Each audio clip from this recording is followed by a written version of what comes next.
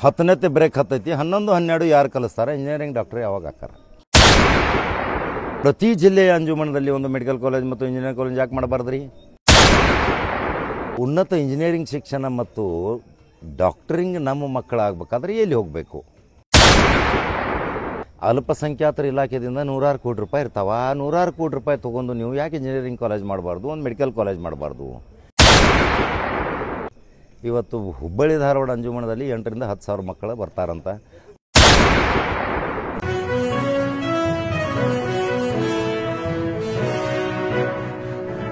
ನಮಗೆ ಗೊತ್ತೈತಿರಲ್ಲ, ಕಡಕ ಕಾಕ ಅಂತ ಹೆಸರು ಇಟ್ಟಿರಿ ನೀವು.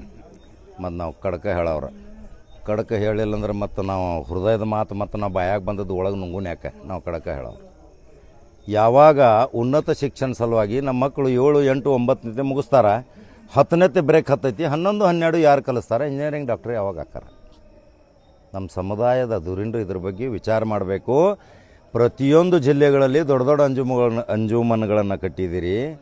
ಆ ಅಂಜುಮನದಲ್ಲಿ ಸರ್ಕಾರದ ಮೇಲೆ ಒತ್ತಡ ತಂದು, ಪ್ರಭಾವ ತಂದು, ನಿಮ್ಮದೇ ಆದಂಥ ಮಂತ್ರಿಗಳ ಕೈ ಹಿಡಿದು 12 ಶಾಸಕರನ್ನು ಒಕ್ಕೋರಲಿನಿಂದ ಕೂಡಿಸಿ ಪ್ರತಿ ಜಿಲ್ಲೆಯ ಅಂಜುಮನದಲ್ಲಿ ಒಂದು ಮೆಡಿಕಲ್ ಕಾಲೇಜ್ ಮತ್ತು ಇಂಜಿನಿಯರಿಂಗ್ ಕಾಲೇಜ್ ಯಾಕೆ ಮಾಡಬಾರ್ದ್ರಿ? ಇದು ನನ್ನ ಪ್ರಶ್ನೆ. ಇದು ಕೆಲವ್ರಿಗೆ ಚುರುಕು ಅನಿಸೈತ್ರಿ, ಯಾಕಂದ್ರೆ ನೇರ ಮಾತಿರ್ತೈತಿ.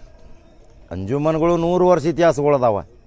ಆದರೆ ಅಂಜುಮನದಲ್ಲಿ ಇವತ್ತು ಹುಬ್ಬಳ್ಳಿ ಧಾರವಾಡ ಅಂಜುಮನದಲ್ಲಿ 8ರಿಂದ 10 ಸಾವಿರ ಮಕ್ಕಳು ಬರ್ತಾರಂತ. ಅವರಿಗೆ 6,000 ಜನ ಅದರಲ್ಲಿ ಉಚಿತ ಕಲಿಸ್ತಾರಂತ. ಅವರು ತಕ್ಷಣ ಅಲ್ಲಿ ಅವರ ಸೆಕ್ರೆಟರಿ ಬಂದು ಹೇಳಿದರು, ಓಪನ್ ಈಗ ಉಚಿತ ಶಿಕ್ಷಣ ಇದು SSLC, PUC, ಆಮೇಲೆ ಸಣ್ಣ ಪುಟ್ಟ ಯಾವುದೋ ಕೋರ್ಸ್ಗಳಿಗೆ ಆಯಿತು. ಉನ್ನತ ಇಂಜಿನಿಯರಿಂಗ್ ಶಿಕ್ಷಣ ಮತ್ತು ಡಾಕ್ಟರಿಂಗ್ ನಮ್ಮ ಮಕ್ಕಳಾಗಬೇಕಾದ್ರೆ ಎಲ್ಲಿ ಹೋಗಬೇಕು? ಇವತ್ತು ಒಂದು BE ಇಂಜಿನಿಯರಿಂಗ್ ಫೀಸು ಲಕ್ಷಾಂತರ ರೂಪಾಯಿ. ಯಾರು ಕೊಡ್ಬೇಕ್ರಿ? ಎಲ್ಲಿಂದ ಕೊಡಬೇಕು? ಮತ್ತು ಅವ್ನು PUC ಆದಮೇಲೆ ಸೈನ್ಸ್ ಮಾಡ್ತಾನೆ, ವಾಪಸ್ ಮತ್ತು ತನ್ನ ತಂದೆ ತಾಯಿ ಏನೋ ಒಂದು ಗೌಂಡಿ ಕೆಲಸ, ಎಲೆಕ್ಟ್ರಿಕ್ ಕೆಲಸ, ಆಮೇಲೆ ಅವನು ತನ್ನದೇ ಆದಂಥ ಗ್ಯಾರೇಜ್ ಕೆಲಸ ಮಾಡ್ತಾನೆ. ನನಗೆ ಭಾಳ ವಿಷಾದ ಅನಿಸ್ತೈತಿ. ಕರ್ನಾಟಕ ರಾಜ್ಯಾದ್ಯಂತ ನನಗೆ ಎಲ್ಲೆಲ್ಲಿ ಕರೀತಾರ ಮಾತಾಡಲಿಕ್ಕೆ ನನ್ನ ಪ್ರಶ್ನೆ ಇದೆ. ಅಲ್ಪಸಂಖ್ಯಾತರ ಇಲಾಖೆಯಿಂದ 100 ಕೋಟಿ ರೂಪಾಯಿ ಇರ್ತಾವ. 100 ಕೋಟಿ ರೂಪಾಯಿ ತೊಗೊಂಡು ನೀವು ಯಾಕೆ ಇಂಜಿನಿಯರಿಂಗ್ ಕಾಲೇಜ್ ಮಾಡಬಾರ್ದು, ಒಂದು ಮೆಡಿಕಲ್ ಕಾಲೇಜ್ ಮಾಡಬಾರ್ದು? ನಮ್ಮ ಮಕ್ಕಳಿಗೆ ಉಚಿತ ಶಿಕ್ಷಣ ಕೊಡ್ರಿ, ಉಚಿತ ಆರೋಗ್ಯನೂ ಕೊಡ್ರಿ.